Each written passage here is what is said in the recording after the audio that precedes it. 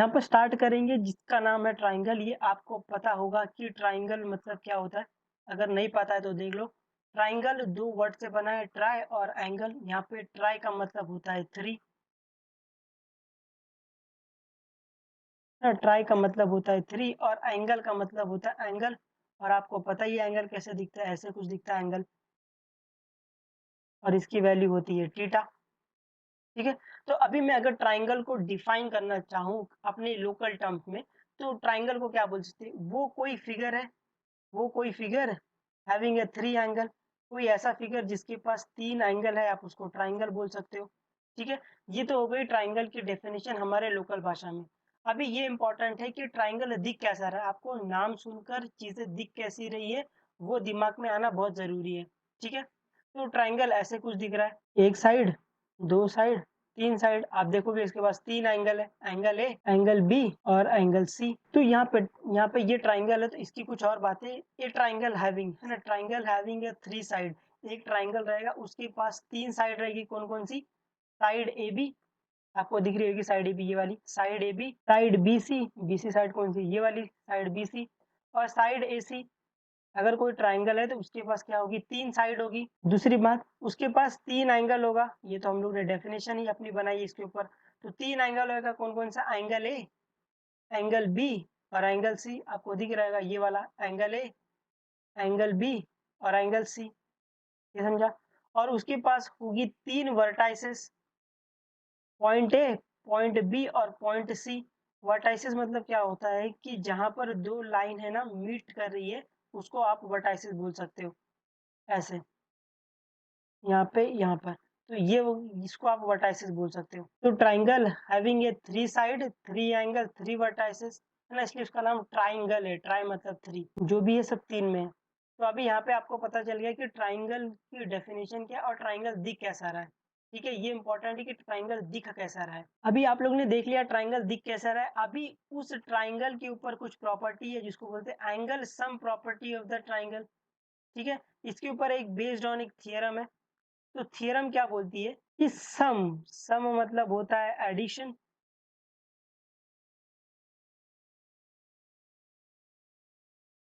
सम मतलब क्या होता है, एडिशन, एडिशन मतलब प्लस। ठीक है, तो sum of all the angle, यहाँ पे ऑल नहीं लिखा है, sum of all, sum of all angle of a triangle is 180 degree. Triangle के जितने भी एंगल है अगर मैं उनको प्लस करूँ तो वो मुझे 180 डिग्री के इक्वल देंगे, है ना। मान लेते हैं ये ट्राइंगल ए बी सी है। ठीक है, तो ट्राइंगल ए बी सी, ये ट्राइंगल का सिंबल है। तो अगर ट्राइंगल ए बी सी है तो मैं अगर इनके सब एंगल को ऐड करूं तो मुझे 180 डिग्री के इक्वल मिलेगा। ये थ्योरम बोल रहा है, इसका मतलब बोल रहा है वो angle A plus angle B plus angle C, ये किसके इक्वल होगा, ये इक्वल होगा 180 डिग्री के, है ना। ये थ्योरम बोल रहा है, ये समझा ना। ये थ्योरम है कि आप ट्राइंगल की सब साइड को प्लस करोगे तो वो मुझे 180 डिग्री के इक्वल देगा। ये ठीक है। अभी यहाँ पर इस प्रॉपर्टी के ऊपर आपको सम किस टाइप के मिलेंगे, पहला वाला देख लो, है ना, ये टाइप वन है। आपको ट्राइंगल दिया रहेगा, आपको ट्राइंगल की ये वाली वैल्यू दी रहेगी, ये वाली वैल्यू दी रहेगी। आपको एंगल, एक एंगल की वैल्यू वो पूछेगा, एंगल सी, आपको दो वैल्यू पता रहेगी, आपको ये वाली वैल्यू वो फाइंड करने बोलेगा। तो by sum of all the angle of triangle is 180 degree की मदद से आप इसको फाइंड कर सकते हो, है ना। ये पहला टाइप है जिसमें आपको दो एंगल की वैल्यू वो दिया रहेगा, आपको तीसरे एंगल की वैल्यू फाइंड करनी है। ठीक है, तो आप इसको आराम से फाइंड कर सकते हो। तो आप इसको लिखो x plus 30 plus 45 equal to 180 degree, है ना। यहाँ से आप x की वैल्यू फाइंड कर सकते हो। ये हो गया पहला टाइप, जो कि आपको ये बहुत रेयरली मिलेगा कि आपको दोनों दो एंगल की वैल्यू दी रहेगी और तीसरे एंगल की वैल्यू पूछेगा। ठीक है, ये पहला टाइप हो गया। दूसरा टाइप हो गया जो कि हालांकि ये सेकंड टाइप, जो कि इस चैप्टर में इस टाइप का कोई समझ नहीं है, फिर भी मैं बता दे रहा हूँ। इसमें क्या रहेगा, आपको एक एंगल की वैल्यू x देगा, दूसरे एंगल की वैल्यू भी x रहेगी, तीसरे एंगल की कुछ ना कुछ वैल्यू दी रहेगी और आपको इस x को फाइंड करने बोलेंगे। ये समझा। तो आप इसको फाइंड कर सकते हो by sum of all the angle of the triangle is 180 degree. तो x plus x plus 90 equal to 180 degree. X plus x कितना होता है 2x plus 90 is equal to 180 degree. यहाँ से आप x फाइंड कर सकते हो। ठीक है।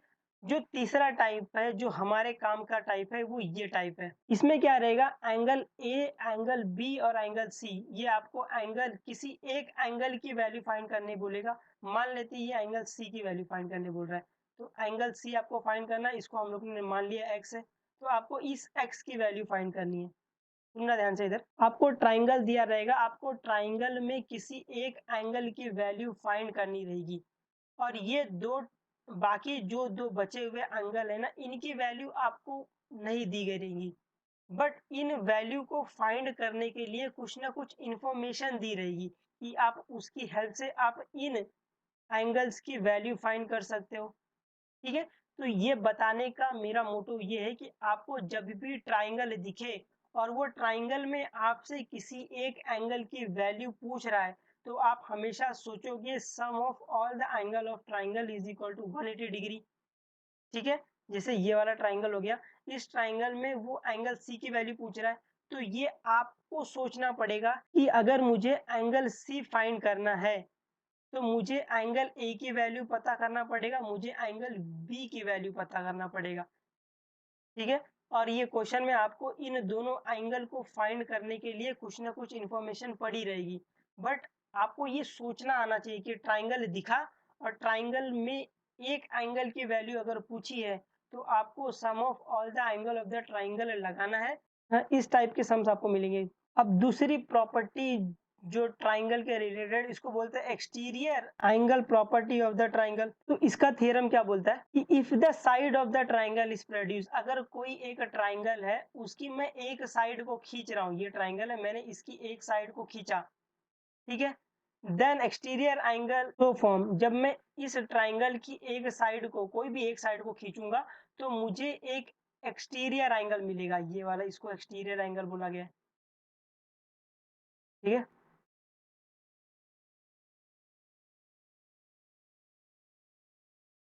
ये क्या एक्सटीरियर एंगल है,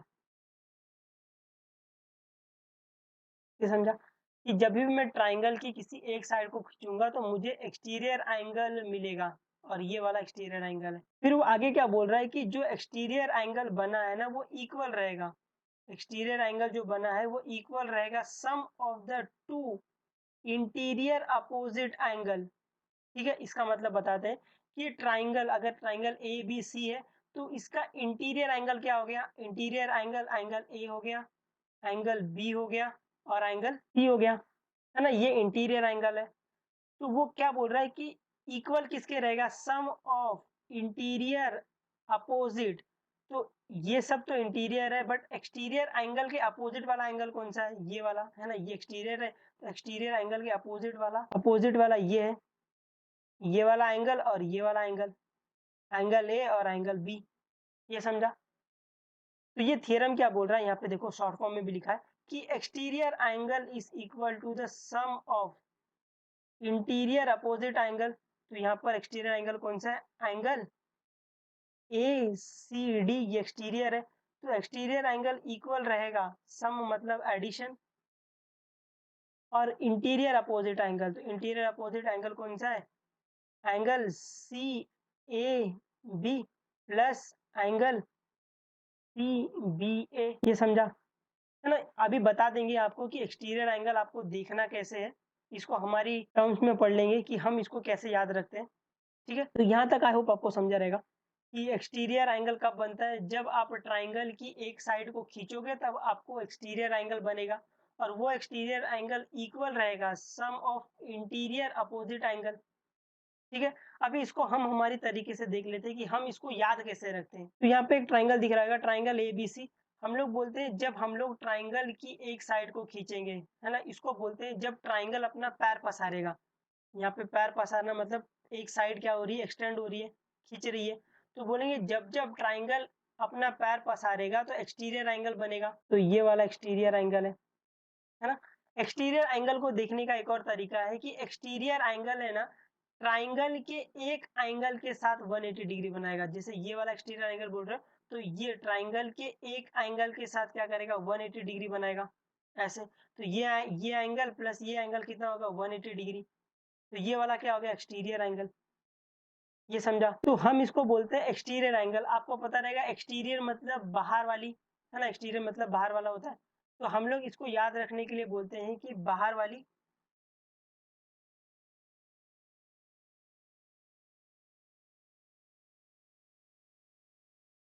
बाहर वाली इक्वल टू सम ऑफ अंदर वाली।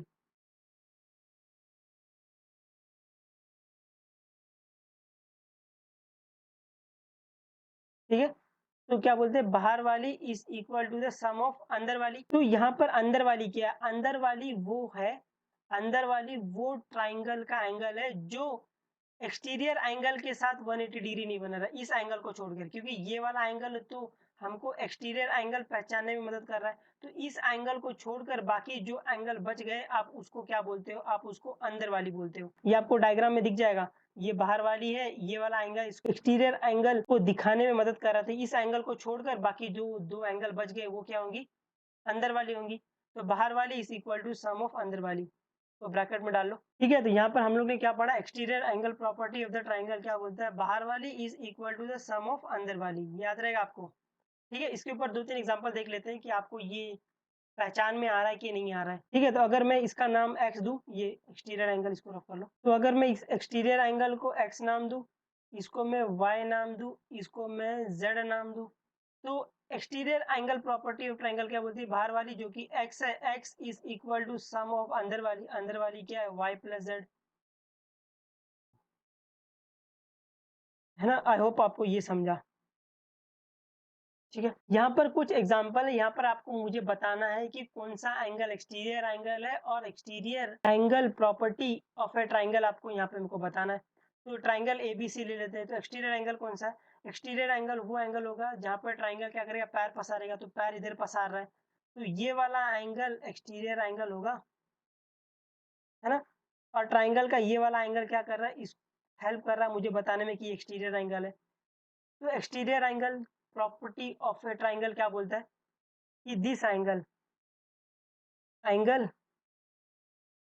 बी सी डी इक्वल किसके रहेगा, इस वाले एंगल और इस वाले एंगल के। तो is equal to the x plus y. समझा। इस वाले ट्राइंगल में एक्सटीरियर एंगल, ये वाला एक्सटीरियर एंगल रहेगा, है ना। तो ये वाले एंगल को छोड़कर बाकी जो दो एंगल बचा वो क्या रहेगा, आपका अंदर वाली एंगल रहेगा। एंगल ए सी डी ये exterior angle is equal to the x plus y.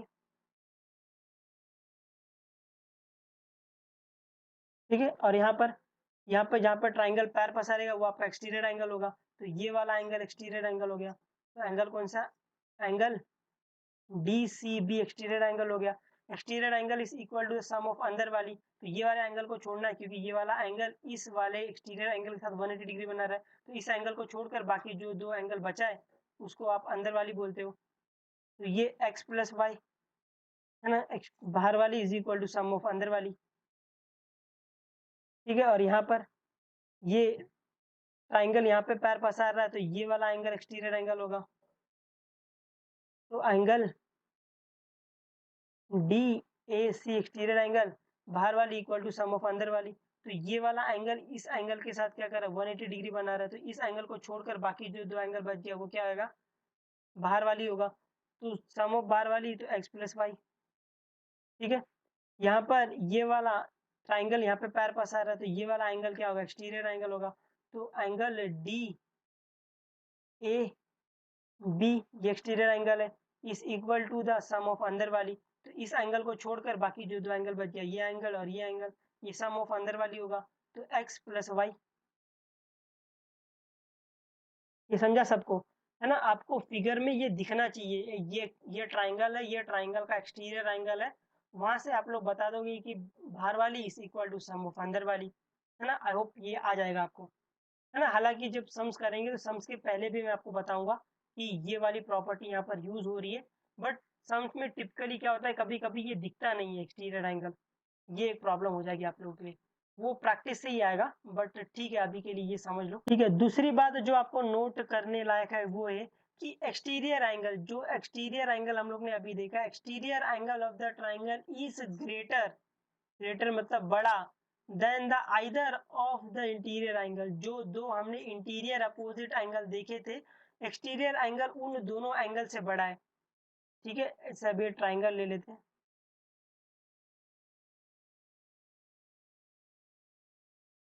ठीक है, इस ट्राइंगल का नाम ए बी सी मान लेते हैं। ट्राइंगल यहाँ पे पैर पसार रहा है, तो ये वाला एंगल क्या होगा, एक्सटीरियर एंगल, इसका नाम एक्स दे लेते हैं। इसका नाम ये क्या है, इंटीरियर अपोजिट एंगल, इसका नाम वाई दे लेते, इसका नाम जेड दे लेते। तो ये नोट क्या बोल रहा है कि एक्सटीरियर एंगल जो कि एक्स है, एक्स हमेशा बड़ा रहेगा वाई से, एक्स हमेशा बड़ा रहेगा जेड से। ये समझा?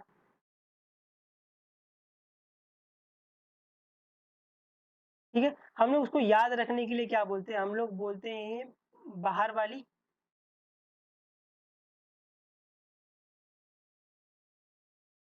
बाहर वाली सब पे भारी, सब पर भारी।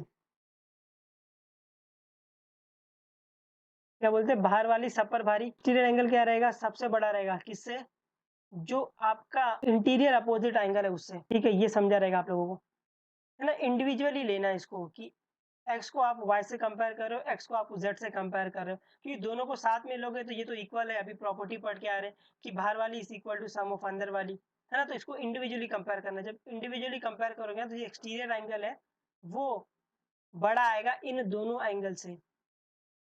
ठीक है, ये ऐसी प्रॉपर्टी है, बट ये कभी यूज नहीं हुई एक्सरसाइज में, बट ऐसी एज द टर्म्स ऑफ ये प्रॉपर्टी थी, इसीलिए इसको बता दिया गया है।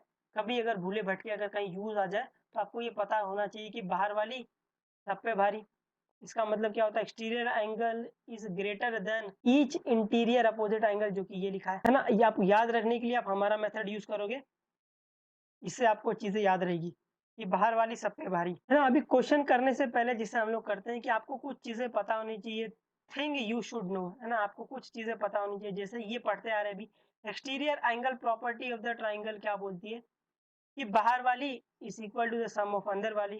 तो इसको नामकरण दे लेते ए बी सी और ये डी। तो बाहर वाली कौन सी होगी, angle D C A is equal to the angle A plus angle B, है ना। यही पढ़ते आ रहे हैं, बाहर वाली is equal to some of अंदर वाली, है ना। ये वाला एक्सटीरियर एंगल है और ये वाला एक्सटीरियर एंगल के साथ 180 डिग्री बना रहा है। तो इस वाले एंगल को छोड़कर बाकी जो दो एंगल बच गया है आप उसे क्या बोलते हो, अंदर वाली, है ना। तो आपको ये ट्राइंगल दिखा और ट्राइंगल के साइड में अगर आपको ऐसा दिख रहा है कि ट्राइंगल पैर पसार रहा है या फिर एक साइड उसकी स्ट्रेच हो रही है, तो आप वहां पे एक्सटीरियर एंगल सोच सकते हो। दूसरा आपको पता होना चाहिए कि ट्राइंगल दिखता कैसे है ना, आपको क्वेश्चन में ट्राइंगल दिखने आना चाहिए, जैसे ऐसे ट्राइंगल ए बी सी। ठीक है, आपको क्वेश्चन में ट्राइंगल दिखेगा तो ही आप वो जो ऊपर की जो प्रॉपर्टी लगाई है, sum of all the angle of triangle is 180 degree, वो लगा पाओगे, या फिर ये exterior angle property of the triangle लगा पाओगे, है ना। इन दोनों प्रॉपर्टी के लिए पहले आपको ट्राइंगल तो दिखना चाहिए। तो ये फिगर है, आप मेरे को इसमें बताओगे कि आपको इसमें कौन कौन से ट्राइंगल दिख रहे हैं। नामकरण दे लेता हूँ, A B C D E. अभी आपको मेरे को बताना है कि इसमें आपको कितने ट्राइंगल दिख रहे हैं, है ना। ट्राइंगल के नाम बताना। हाँ, एक तो बड़ा ट्राइंगल दिख रहा है, ट्राइंगल एबीसी, वेरी गुड। दूसरा ट्राइंगल ए बी सी ये दिख रहा है ना, बड़ा ट्राइंगल। दूसरा और किसी को कुछ दिख रहा है, A B D, A B D, हाँ ए बी डी भी है, okay very good. A B D ये एक ट्राइंगल है ना, ये एक ट्राइंगल है। दूसरा ए डी सी, है ना, एक और ट्राइंगल दिखा, ओके ए डी सी। और किसी को कुछ दिख रहा है, B E C, okay B E C, triangle B E C. और किसी को कुछ दिख रहा है ना। आई थिंक हम लोग ने सब लिख दिया है। अब यहाँ पर आपने ट्राइंगल देख लिया, आई होप आपको ट्राइंगल देखने आ गया फिगर में। ठीक है, यहाँ पे मुझे बताओ कि ट्राइंगल ए डी सी का एक्सटीरियर एंगल कौन सा है, ए डी सी का एक्सटीरियर एंगल। तो अगर ये ट्राइंगल है ए डी सी, तो एक्सटीरियर एंगल कौन सा होगा, ये वाला एंगल होगा जहाँ पे क्या कर रहा है, साइड क्या कर रही है, अपना पैर पसार रही है, तो ये वाला एंगल किसके इक्वल होगा, bye exterior angle property of triangle के। तो ये वाला एंगल इक्वल होगा, ये वाला साइड ट्राइंगल का ये वाला साइड तो क्या कर रहा है, 180 बनाने में इसकी हेल्प कर रहा है, तो ये वाली साइड छोड़कर बाकी जो साइड बच गई, ये वाली साइड और ये वाली साइड, इन दोनों साइड का प्लस करूंगा तो मुझे एक्सटीरियर एंगल के इक्वल मिलेगा। ये समझा। तो यहाँ पर एग्जाम्पल नंबर 7 है। 7 क्या बोलता है, in the figure if QT is perpendicular, perpendicular है, QT is perpendicular to PR। तो यहाँ पर ड्राइंग देखो, QT परपेंडिकुलर टू PR का है, ये QT is perpendicular to PR, अगर इधर परपेंडिकुलर साइन नहीं तो यहाँ पे परपेंडिकुलर बना दो 90 डिग्री, ये हो गया। और एंगल TQR की वैल्यू 40 दी हुई है, एंगल TQR की वैल्यू 40 दी है, तो जिसकी वैल्यू दी है उसकी वैल्यू लिख लो, तो ये वाला एंगल कितना हो गया, 40 हो गया। और एंगल SPR की वैल्यू 30 दी हुई है, एंगल SPR की वैल्यू 30 दी हुई है, तो इसको भी लिख लिया है। ठीक है, आपको फाइंड यहाँ पर x करना है, y करना है, तो ये x है और ये y है, आपको इन दोनों की वैल्यू आपको क्या करनी है, फाइंड करनी है।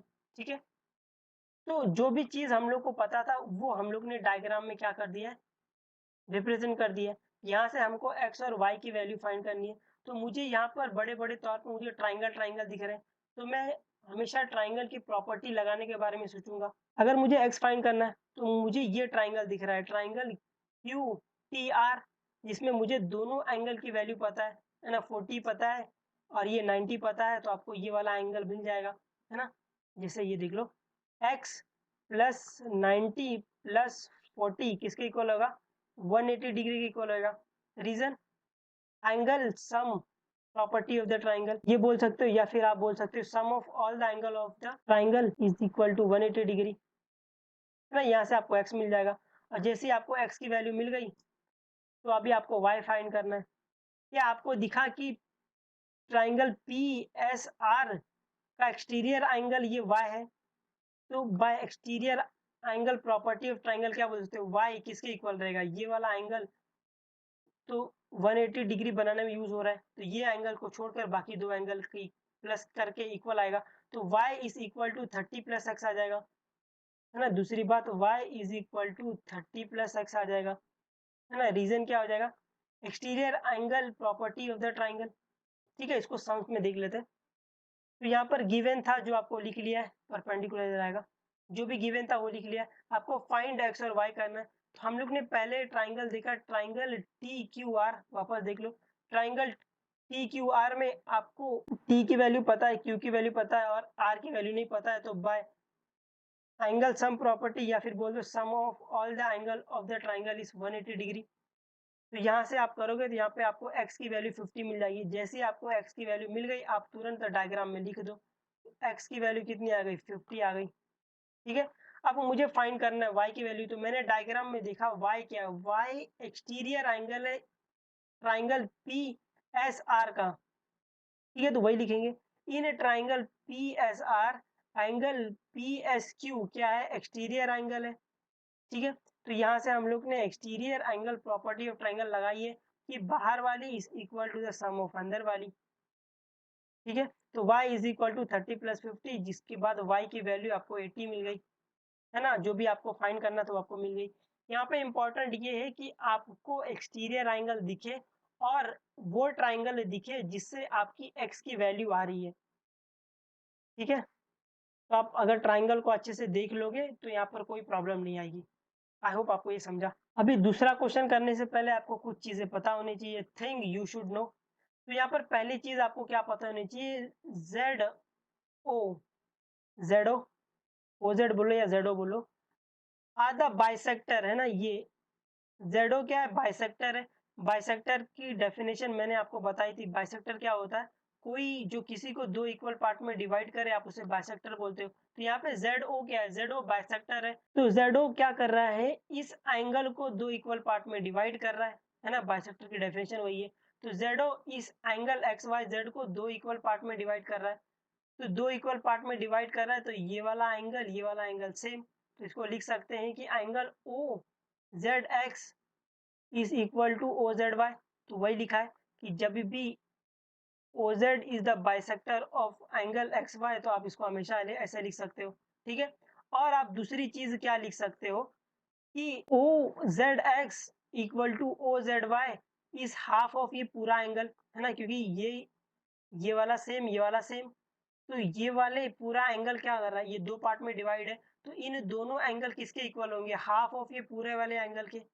ये समझा आप लोगों को, है ना, ये इंपॉर्टेंट है, ये यूज होगा सब में। अभी ये वाला फिगर दिया, इस फिगर में से आपको मेरे को बताना है कि ट्राइंगल ABC का एक्सटीरियर एंगल आपको कौन कौन सा दिख रहा है। तो जहां पे ट्राइंगल पैर पसारेगा वहां पे एक्सटीरियर एंगल आएगा, तो ट्राइंगल ने यहाँ पैर पसारी है, तो ये वाला एंगल क्या एक्सटीरियर एंगल है। ट्राइंगल ने यहाँ पे भी पैर पसारी है, तो ये वाला एंगल क्या होगा, ये वाला एंगल एक्सटीरियर एंगल होगा, है ना। और ये वाले ट्राइंगल के साथ ये क्या कर रहा है, 180 डिग्री भी बना रहा है, यहाँ पर भी देख सकते हो। ये समझा? तो फिगर में आपको ये दिखना चाहिए कि ये एक्सटीरियर एंगल इस वाले ट्राइंगल का ये एक्सटीरियर एंगल है। अभी यहाँ पे एग्जांपल नंबर 8 करेंगे। एग्जांपल नंबर 8 क्या बोलता है कि जैसे मैं जैसे जैसे पढ़ते जाऊंगा आप लोग इसको फिगर में देखने जाना। मैंने ऑलरेडी फिगर में जो भी ये चीज बोल रहा है मैंने प्लॉट कर दिया। इन द फिगर साइड AB देखो, and side AC of the triangle ABC इसे produced at the point E and D। Side AB और साइड AC को क्या गया है, खींचा गया है, और खींच के आप पॉइंट E और पॉइंट D नाम दे दिया रिस्पेक्टिवली, ओके, है ना। रिस्पेक्टिवली का मतलब क्या है, ये जो पॉइंट E है ना, जब साइड AB को खींचा है तब मुझे पॉइंट E मिला है, और ये D का मतलब होता है जब मैंने AC को खींचा है तो मुझे D मिला है। इसका रिस्पेक्टिवली का मतलब ये होता है। OC ये वाला लाइन है, ठीक है, ये वाली लाइन एंगल BCD को दो इक्वल पार्ट में डिवाइड कर रही है, तो इसको डिनोट भी किया है डबल लाइन से कि ये वाला एंगल ये वाला एंगल इक्वल। ये समझा? और meet at the point O, है ना, ये जो भी ये खींचा है OC और OB कहाँ मिल रहे हैं, पॉइंट O पे मिल रहे हैं। इतना समझा? अभी आपको प्रूफ क्या करना है, आपको प्रूफ करना है कि angle BOC is equal to the half of angle BAC। तो एंगल BOC कहाँ, ये BOC किसके हाफ है, हाफ ऑफ BAC। तो BAC लिखने के बजाय मैंने इसको नामकरण x दे दिया, इसको y दे दिया, इसको z दे दिया, ठीक है। मेरी बात ध्यान से सुना, प्रूफ दैट वाले सम में ना आप जैसा मैं बताऊंगा आप वैसे ही काम करना। प्रूफ दैट वाले सम में पहले जो इंफॉर्मेशन आपको दी हुई है आप पहले उसे लिखोगे, उसके रिलेटेड आपको जो चीज पता रहेगा आप वो लिखोगे, ठीक है। उसके बाद आप लोग वहां से स्टार्ट करोगे जहां से आपको प्रूफ करने बोला है ना, ये प्रूफ करने बोला है, तो आप स्टार्ट यहां से करोगे, ठीक है। वो बताएंगे कैसे। पहले आपको गिवन है क्या, OB बाइसेक्टर है एंगल CBE का, और OC बाइसेक्टर है एंगल BCD का। तो एंगल बाइसेक्टर के रिलेटेड आपको जो पता है वो लिख दो। हमको पता है जब OB बाइसेक्ट करेगा ये एंगल को, तो ये दोनों एंगल क्या होंगे, इक्वल होंगे।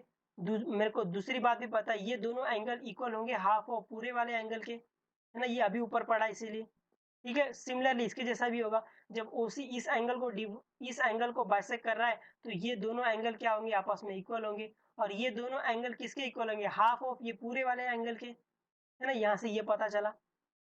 अब जितनी चीज पता थी वो हम लोग ने लिख लिया, उसके रिलेटेड जो भी इंफॉर्मेशन हमारे पास थी वो भी लिख लिया है, ठीक है। अब हम लोग को प्रूफ करना है angle BOC equal to 90 minus half of angle ABC। मैंने इसको x मान लिया है, इसको y, इसको z। तो अभी जो मुझे प्रूफ करना है कि angle BOC is equal to 90 minus half of x, ये प्रूफ करना है, ठीक है। तो जो मुझे प्रूफ करना है मैं वहां से स्टार्ट करूंगा। मुझे ये एंगल BOC लाना है, तो मैं डायग्राम में दिखूंगा कि मैं एंगल BOC कहाँ से ला सकता हूँ। तो मैंने डायग्राम में दिखा, तो डायग्राम में एंगल BOC ये वाला पार्ट है, ठीक है। तो अगर मैं ये वाला ट्राइंगल BOC ले लूं तो मुझे एंगल BOC मिल जाएगा। तो मैंने पहले वही किया है कि इन ट्राइंगल BOC, है ना, ट्राइंगल है, तो मैं अभी sum of angle sum property लगा सकता हूँ, या sum of all the angle of triangle is equal to 180 degree लगा सकता हूँ। तो angle BOC plus angle OBC plus angle OCB किसके इक्वल रहेगा, 180 डिग्री के इक्वल रहेगा, ठीक है। यहाँ से मुझे एंगल BOC मिला, तो मैंने BOC को एक साइड रखा, बाकी सबको वो साइड फेंक दिया ना, क्योंकि मुझे प्रूफ दैट में BOC अकेला चाहिए था, बाकी जो चीज है वो दूसरे साइड में। तो यहाँ तक आप लोग पहुंचे। तो यहाँ पर मुझे अब एंगल बीओसी मिल गया। अब मुझे जो चाहिए वो 90 माइनस हाफ ऑफ एक्स चाहिए। तो मैंने देखा, अब मुझे देखना है कि एंगल बीओसी की वैल्यू क्या है और एंगल सीओबी क्या है। तो मैंने इसको डायग्राम में देखा कि एंगल बीओसी क्या है। मैंने देखा एंगल बीओसी क्या है, ये वाला एंगल इक्वल है। तो मैं एंगल बीओसी को, सुनना ध्यान से, क्या मैं एंगल बीओसी को हाफ ऑफ ये पूरा वाला एंगल नहीं लिख सकता हूँ यहाँ से, ऊपर वाले से, है ना, ये अभी भी लिख के आ रही है ये वाला, ठीक है। तो यहाँ से मेरे को पता चला है कि एंगल बीओसी, हाँ पहला एंगल बीओसी हाफ ऑफ पूरा वाला एंगल, है ना, अभी ये वाले फर्स्ट वाले से यहाँ से पढ़ के आ रहे हैं, ठीक है। उसके बाद मैंने देखा कि एंगल सी बी ई क्या है। तो मैंने डायग्राम में देखा एंगल सी बी ई, ये वाला एंगल, तो ये वाला एंगल एक्सटीरियर एंगल है ये वाले ट्राइंगल का, दिखा सबको, है ना, ये वाला एंगल एक्सटीरियर एंगल है ये वाले ट्राइंगल का। तो मैं ये इस एंगल की जगह क्या मैं लिख सकता हूँ, बाहर वाली is equal to some of अंदर वाली। तो ये वाला एंगल छोड़कर बाकी दो एंगल बचा वो क्या रहेगा, बाहर अंदर वाली रहेगी। तो ये वाला एंगल इक्वल रहेगा एक्स प्लस जेड के, तो वही किया है। दूसरे पार्ट में इस वाले एंगल की जगह मैंने एक्स प्लस जेड लिखा है। रीजन क्या है, ये वाला C B E is equal to x plus z. Reason क्या आएगा, exterior angle property of the triangle. यहाँ तक पहुंचे। अभी ये पहला वाला मुझे मिल गया एंगल बीओसी। अब मैं दूसरे वाले के पास गया, एंगल सीओबी मुझे फाइंड करना है, तो दूसरे वाले के पास गया, एंगल सीओबी मैंने डायग्राम में देखा एंगल सीओबी का है। तो एंगल ओ सी बी है ना, ओ सी बी है, सॉरी ओ सी बी है। तो ओ सी बी मैंने देखा, ये ओ सी बी एंगल, ये एंगल इक्वल, तो ये एंगल इक्वल, तो मैं ये वाले एंगल को हाफ ऑफ पूरा वाला एंगल लिख सकता हूँ, अभी ऊपर पढ़ के आ रहे हैं, ठीक है। तो मैंने वही किया नेक्स्ट स्टेप में, मैंने एंगल ओसीबी को half of angle B C D दिखा। अब मैंने देखा एंगल बी सी डी क्या है, मुझे यहाँ से दिखा एंगल बी सी डी जो है ना वो एक्सटीरियर एंगल है ये वाले ट्राइंगल का। तो मैं इस वाले एंगल को लिख सकता हूँ exterior angle is equal to the, है ना, बाहर वाली is equal to some of अंदर वाली। तो ये वाला इक्वल होगा एक्स प्लस वाई के। तो वही किया है, एंगल बी सी डी को लिख दिया है एक्स प्लस वाई। यहाँ से रीजन एक्सटीरियर एंगल प्रॉपर्टी। तो यहाँ पर मुझे ओ सी बी की वैल्यू और ओ बी सी की वैल्यू मिली, जो कि मैंने इक्वेशन 1 में डाल दी है। तो यहाँ से मैंने ओ सी बी की वैल्यू 80 और ये minus half of x plus z डाला है और minus half of x plus y डाल दिया है ना, ये वैल्यू मिली। अब मुझे इसको सॉल्व करके 90 माइनस हाफ लाना है ना, जितनी चीज मुझे पता थी मैंने सब लगा डाली है। अभी मैंने इसको सॉल्व किया, मैंने यहाँ से देखा माइनस हाफ कॉमन है, मैंने माइनस हाफ को कॉमन ले लिया, बच गया क्या, x plus z plus x plus y. मेरे को यहाँ से पता पता है कि अगर मैं x plus y plus z करता हूँ, तो मैंने डायग्राम में देखा x plus y plus z क्या है, ये एक ट्राइंगल है, ट्राइंगल के सब एंगल का प्लस करूंगा तो मुझे 180 डिग्री के इक्वल मिलेगा। तो यहाँ पे x plus y plus z की वैल्यू 180 डिग्री है ना। रीजन क्या है, एंगल सम प्रॉपर्टी, ये समझा। तो मैं x प्लस वाई जेड को क्या लिख सकता हूँ, 180 डिग्री लिख सकता हूँ। तो वही किया मैंने नेक्स्ट स्टेप में, मैंने x plus y plus z को 180 डिग्री लिख दिया और ये प्लस x, ठीक है। अब मैं इस माइनस हाफ को अंदर भेज दिया, माइनस हाफ को अंदर भेजा, सॉरी यहाँ पे मैंने हाफ को अंदर भेजा तो माइनस बाहर ही रह गया, हाफ गया, 180 का हाफ कितना होगा 90 और ये x बाय 2। अब मैंने इसको 180 को 90 से माइनस किया तो मुझे 90 मिल गया और माइनस एक्स बाय 2। तो आप देखोगे ये मुझे वही मिला है जो मुझे प्रूफ करना था, ठीक है। ये वाला सम थोड़ा सा समझने लायक है, थोड़ा सा अगर आप थोड़ा सा ध्यान नहीं दोगे तो ये आपको बहुत तकलीफ देगा, बट बहुत इजी सम है। अगर आप एक दो बार इसको प्रैक्टिस करोगे और चीजों को अच्छे से देख के चलोगे तो आपको ये बिल्कुल ही मुश्किल नहीं होगी।